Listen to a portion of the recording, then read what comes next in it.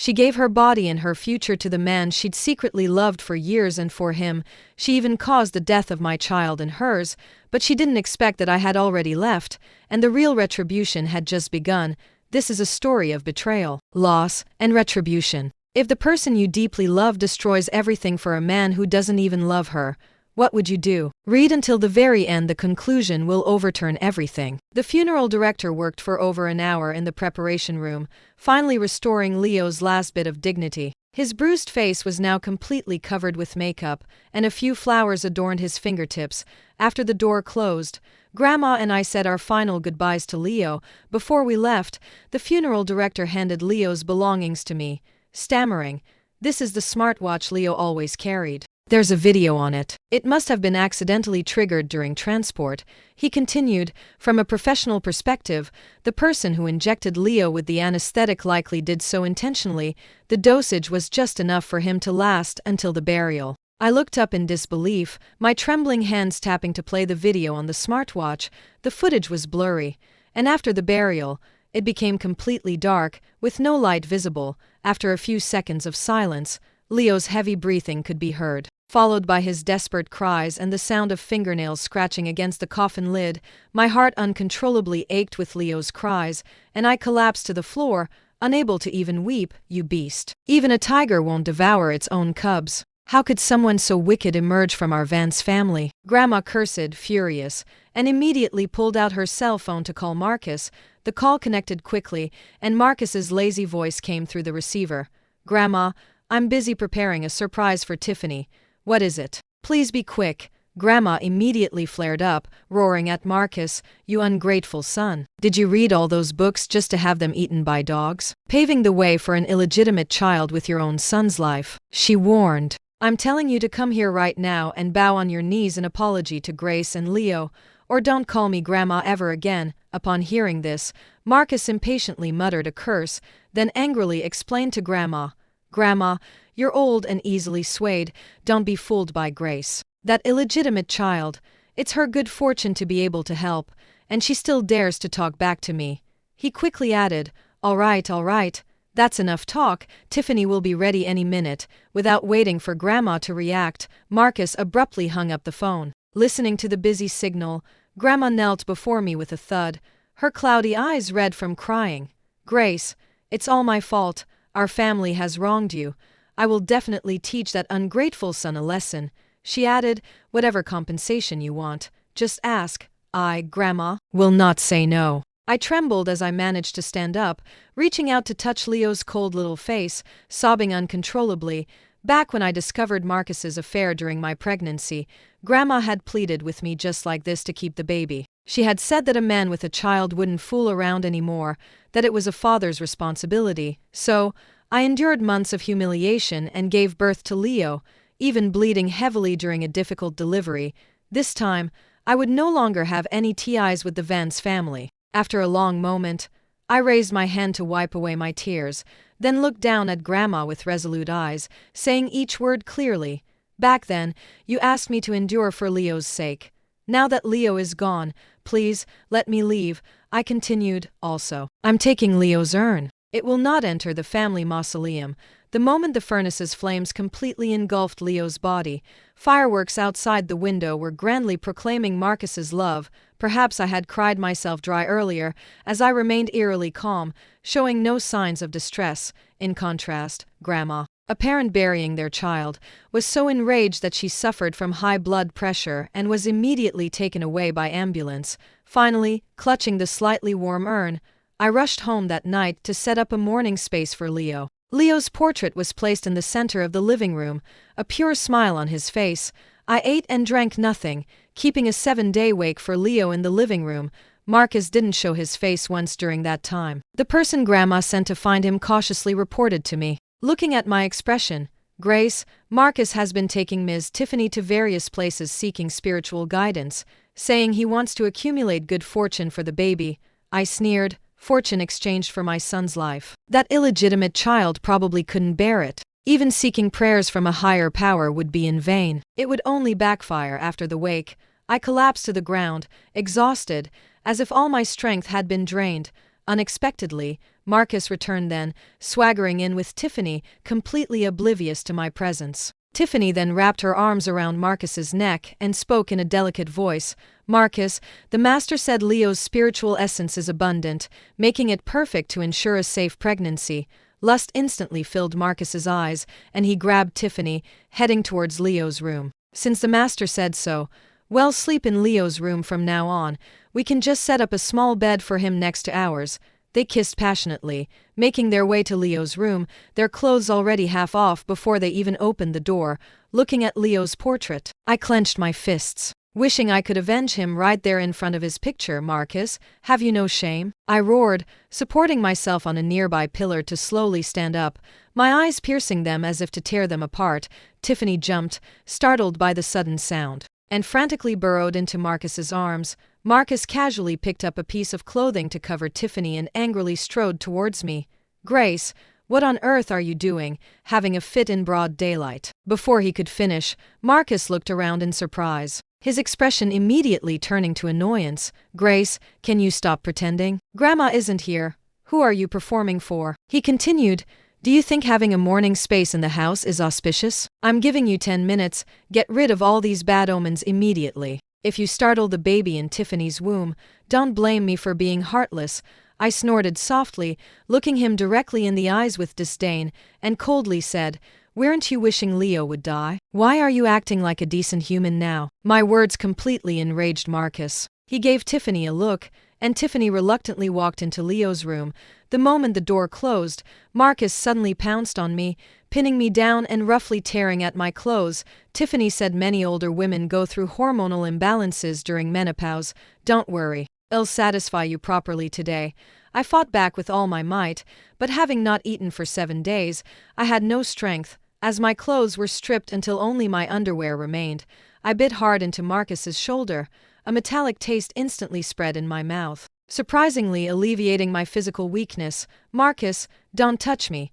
I find you disgusting. If you want to satisfy your animalistic urges, go find a prostitute outside. Don't sicken me. Marcus didn't stop because of my words. Instead, he pressed down more eagerly. I desperately scratched at Marcus's chest, and suddenly, the image of Leo struggling flashed in my mind. Feeling the same despair Leo must have felt, I cried out, Marcus, open your eyes and look. This is Leo's morning space. Hearing this, Marcus froze for a second, then grabbed my hair and dragged me in front of Leo's portrait. Grace, you have no bottom line. To win favor, you would even curse your own son, he declared. Leo doesn't have a mother as vicious as you. Call back from Grandma right now, and let Tiffany be his new mother. A clump of my hair was ripped out, taking a piece of my scalp with it. I didn't cry out in pain or argue further with Marcus, still lost in Leo's despair at that moment. Suddenly, Tiffany's scream broke the silence. She stumbled out, clutching her stomach, looking back as she ran. Marcus, my stomach hurts so much. Quickly, save our baby, she continued. There's a bloody piece of clothing in Leo's room. It must have scared the baby and disturbed the pregnancy. Marcus immediately rushed over, protectively cradling Tiffany, gently comforting her while stroking her belly. Don't be afraid, Tiffany, I'm here. I'll smash this morning space right now. With that, Marcus directly called the bodyguards standing by the door, all of whom looked menacing. My heart pounded. I rushed forward, standing in front of them, reaching out to grab their tools. Due to my identity, the bodyguards hesitated, all turning to look at Marcus. Didn't you hear me? Smash the morning space. Upon receiving Marcus's command, the leading bodyguard pushed me to the ground. In a few quick moves, they had already destroyed half of the morning space. I no longer cared about my dignity. Crawling on my knees to Marcus, tugging at his pant leg, pleading with him to show mercy. Marcus, it's all my fault. I won't dare again. Please, make them stop. I begged. Don't involve Leo in our matters. You can punish me however you want. Seeing no reaction from Marcus, I quickly crawled to Tiffany, bowing on my knees in apology with utmost humility. Tiffany, I don't want the position of Van's family legal wife. Please, let my son go. I will repay you for the rest of my life, serving you like a cow or a horse. But even then, Marcus showed no intention of stopping. Instead, he walked to the altar and smashed Leo's portrait. No. I cried hysterically, rushing to pick up the photo. The next second, Marcus's foot came down heavily on my hand, pressing with all his might. As a result, the glass shards in my palm deeply pierced my flesh, and blood continuously flowed from between my fingers. Seeing that I still wouldn't let go, a sudden bad premonition flashed through Marcus's mind, and he slowly eased the pressure on his foot. "Marcus, the master is here. What are you standing there for?" His thoughts were immediately pulled back. Marcus didn't have time to think much, personally stepping out to respectfully welcome the master in. Watching him anxiously ask about the baby's condition, I couldn't help but recall when I was pregnant. In my late pregnancy, I was rushed to the hospital due to high blood pressure. Scared to death, so I called Marcus. Even after all these years, I could never forget his annoyed tone then. "It's just a pregnancy, isn't it? Which woman doesn't have babies? Why are you making such a fuss?" H said. "Grace, I'm not in the mood for your drama right now, even if it's the loss of both mother and child today. Don't bother me. It turned out that love and lack thereof were truly so obvious. The person who didn't love you would think you were faking it, even if you were dying." Tears fell involuntarily, mixing with blood and flowing onto Leo's photo. I quickly picked up the photo, stubbornly wiping it back and forth with the corner of my clothes, after I don't know how long. The master directly stated that there was something unclean in the house that had affected the baby. Marcus visibly grew anxious, furrowing his brow and asking the master if there was a way to resolve it. "Master, what do you suggest we do?" "Well, do anything for the baby." Tiffany nodded repeatedly beside him, whimpering and huddled in Marcus's arms. The master stroked his beard thoughtfully, playing coy for a long time before slowly speaking. "Ms. Tiffany was startled in Leo's room. Everything in that room must be burned, and then the ashes should be scattered around the estate."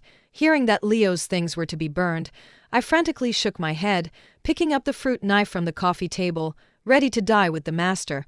"How can you be a spiritual figure with such a wicked heart? I'll fight you to the death." The tip of the knife was barely an inch from the master's neck, but the next second, I was kicked away. Marcus rubbed his brow in displeasure, then raised his hand to instruct the bodyguards to tie me up. My mouth was tightly gagged, unable to make a sound. I could only watch helplessly as they brought in a large burning basin.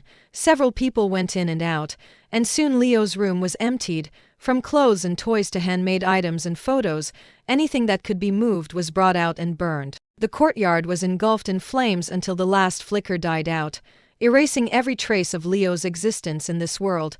Tiffany glanced at me, hands on her hips, her eyes full of mockery and provocation. Marcus followed her gaze and immediately noticed me, my veins bulging, my eyes vacant. Tiffany cleared her throat unnaturally, feigning concern. "Master, Ms. Grace has been emotionally unstable lately. Could you please take a look at her too?" Marcus's eyes instantly lit up upon hearing this. Saying outright that Tiffany was kind-hearted to think of me even after all this trouble, the two embraced and kissed without a care in the world, like animals in heat. The master was merely a charlatan hired by Tiffany, and given my attempted attack, he wanted to devour me alive. After much thought, prompted by Tiffany, the master's gaze fell on Leo's urn. "Your wife seems to be bewitched. Luckily, I came early, otherwise, the consequences would have been unimaginable." He continued, "It's not difficult to thoroughly purge the evil spirit from Grace. Just mix the contents of the urn behind you with water and feed it to her." My eyes widened in horror. I turned to look at the urn behind me. Unable to believe he could be so malicious, I twisted my body in resistance, struggling fiercely against my restraints. My hands were covered in glaring scratches, several places even exposing bone. I tore off the tape from my mouth and unhesitatingly knelt down, kowtowing desperately. "Marcus, everything that needed to be burned has been burned, and the baby is fine. Please, let me go," I pleaded. "If you're willing, I'll leave the Vance family immediately and never appear before you to be an eyesore again. Please, for the sake of our years together, I beg you." A flicker of reluctance crossed Marcus's eyes, and he sighed deeply. Tiffany, keenly sensing this, immediately put on a wronged expression and spoke sweetly. "Marcus, if we hadn't been forced apart back then, we wouldn't have had to be so secretive, and our child wouldn't have been called an illegitimate child," she continued. "But I don't care about any of that. As long as I can be by your side, I can endure any hardship." She even added, "Even if Ms. Grace really does harm our baby in the future, I won't say a word." Marcus's pity for me vanished abruptly. He lowered his gaze to me and said gravely, "Get a larger basin, if doesn't drink. Push her head into it, Before I could react, my wrists were firmly pressed behind my back by the bodyguards. My already opened wounds instantly tore open further. I struggled hysterically, trying to awaken even a shred of Marcus's conscience, but it was all in vain. Marcus personally grabbed my head and forced it down, letting me out when I was close to suffocating, then pushing me back in without giving me a chance to breathe.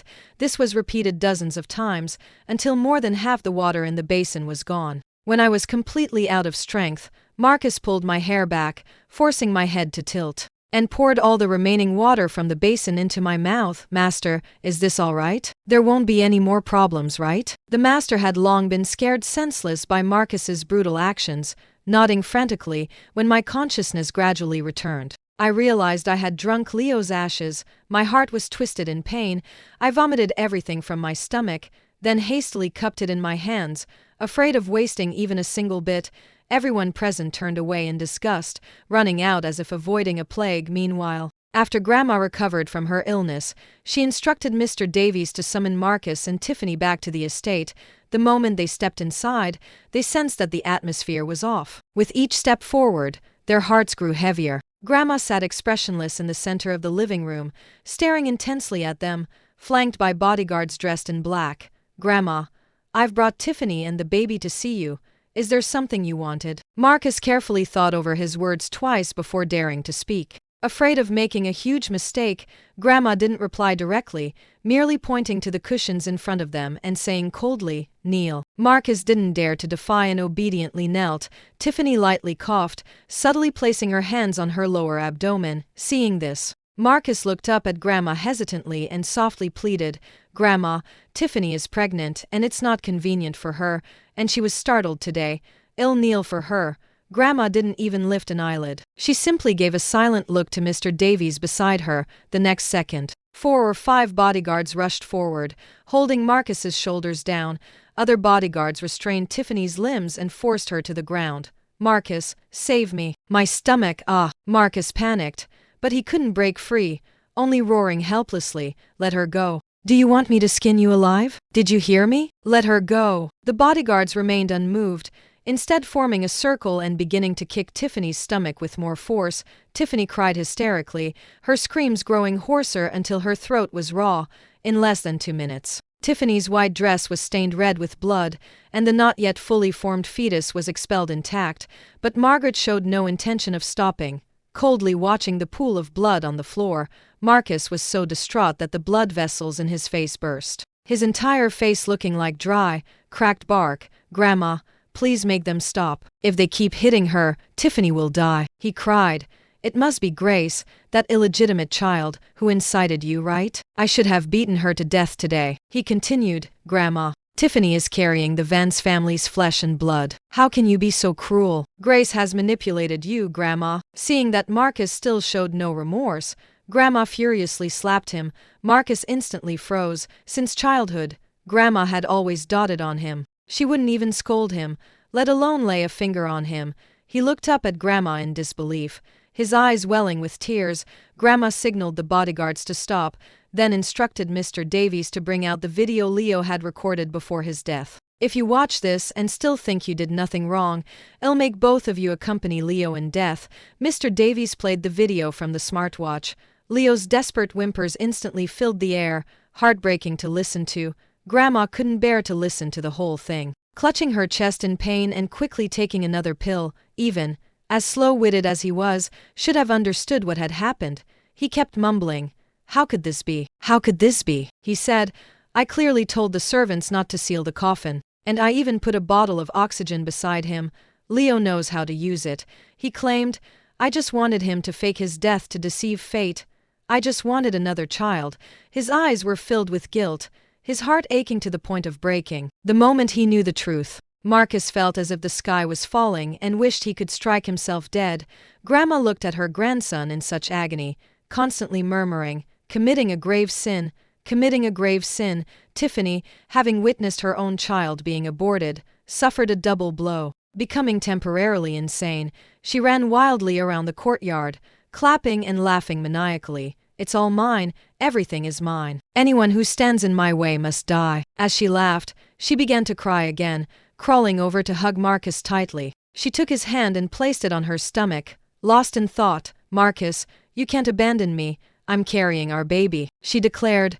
"Grace's illegitimate child died, so what? He was just someone doomed to die young. My child is 100 times smarter and cuter than him," she added. No, Grace must die too. As long as she's alive, my position will never be secure." Marcus looked at the woman he loved deeply. Unable to tell if she was human or a ghost, he tried to say something several times, but his mouth opened and closed. Unable to utter a single word, Mr. Davies sighed regretfully, putting away Leo's smartwatch, and explained each word clearly. Ms. Tiffany bribed the servants who sealed Leo's coffin and switched out the oxygen tank for an empty one, he added. Leo was so young. How desperate and terrified he must have been at that moment. Marcus collapsed to the ground after hearing this, sobbing uncontrollably. Then, in a fit of rage, he punched the floor repeatedly, his knuckles bloody and bruised. Grandma glared at him and spoke faintly. "This is just the beginning, everything endured. I will make her return 1,000-fold." As she spoke, several bodyguards carried in a transparent frosted coffin from the backyard.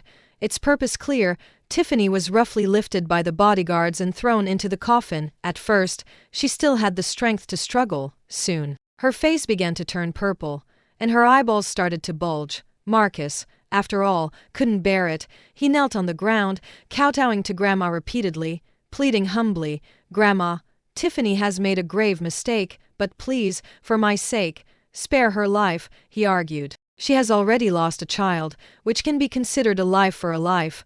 Grandma said nothing, simply holding Leo's portrait and silently watching Tiffany struggle in her death throes, as if admiring her own masterpiece. 2 minutes later, Tiffany's body convulsed, and she even began to lose control of her bladder and bowels. Marcus couldn't stand it any longer. He suddenly rushed forward, kicked the bodyguards beside the coffin, and directly flipped open the coffin lid.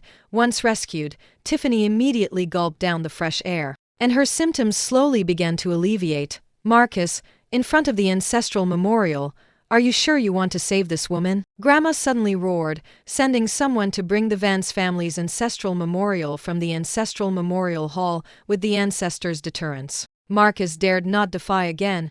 Accepting his fate and kneeling on the ground, Grandma waved her hand, and Mr. Davies had someone close the coffin again, then threw a stack of documents at Marcus's feet. Tiffany didn't go abroad back then because she was forced. She was with a parvenu as his mistress. She's back now because that man was arrested for illegal activities, and she desperately needs someone to take over her child. Looking at her disappointing grandson, Grandma sighed repeatedly.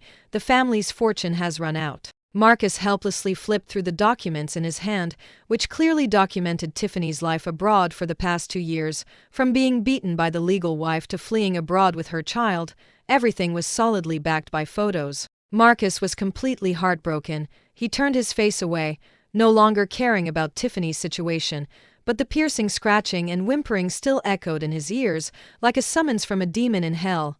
As if suddenly remembering something, Marcus's eyes suddenly lit up. He stood up without explanation and ran out. Grandma, being someone who had seen much of the world, immediately understood Marcus's intentions. She struck the ground hard with her cane and gave him a final warning.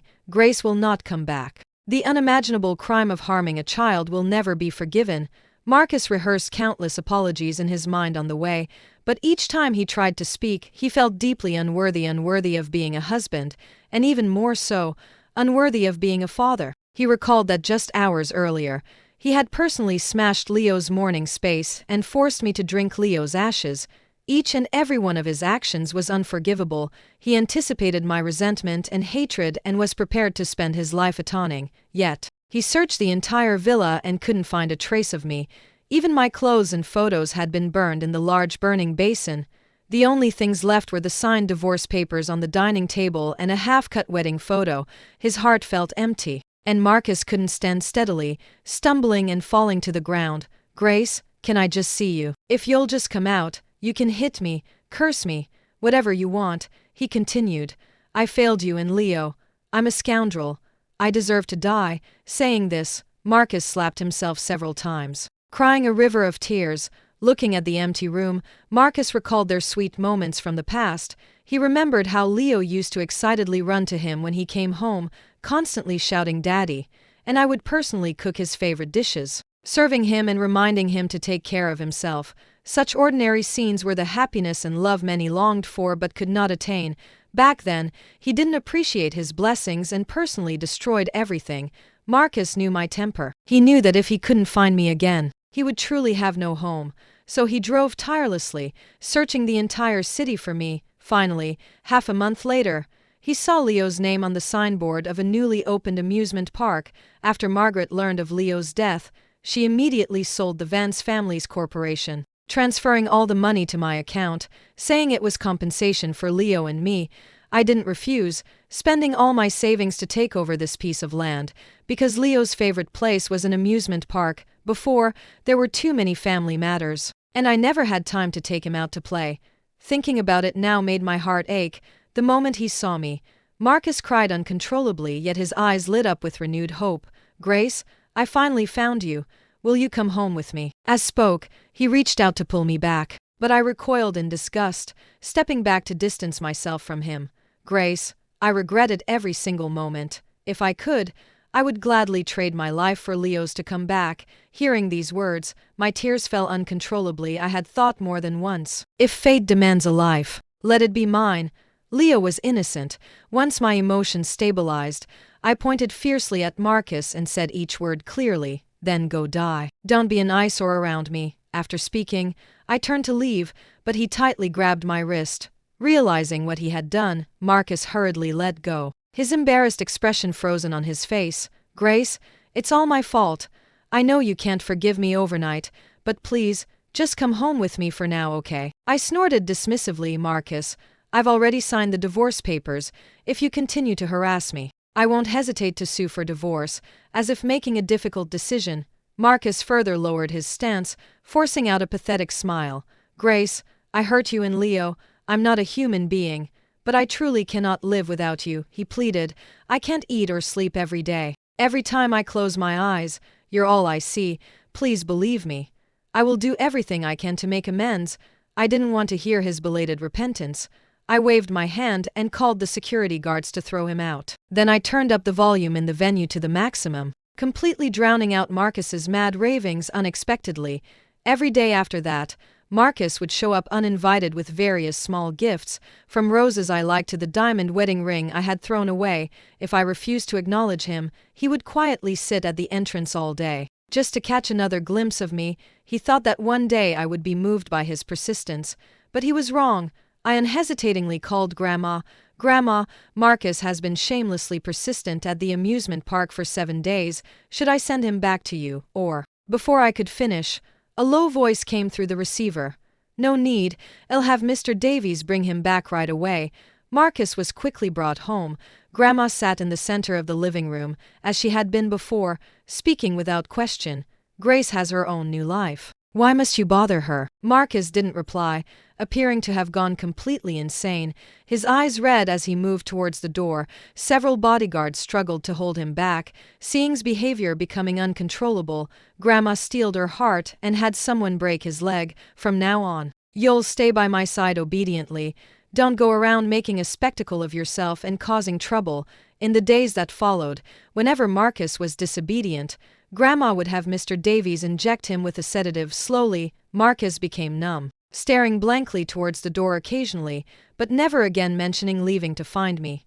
I had thought life would continue like this, mundane, until I received a call from Mr. Davies. "Ms. Grace, Grandma passed away last night. She also stabbed Marcus to death." My heart clenched upon hearing this. I didn't dare delay and rushed to the estate. Grandma had passed away peacefully, as if she had anticipated her own death, tightly clutching Leo's smartwatch in her hand. Marcus, beside her, was filled with horror, a single stab wound piercing his heart. I paid for a grand funeral for Grandma, inviting many of the Vance family's old friends from the corporation. On the way back from the cemetery, I could no longer control the grief in my heart and sobbed uncontrollably in the car. I understood Grandma's good intentions. She knew Marcus was a thorn in my heart, so she took him with her. As the sun set, watching the last rays of light, I looked towards the cemetery and, for the first time in a long while, called out, "Grandma." Life continued, and I knew I had to live well, carrying Leo's wishes.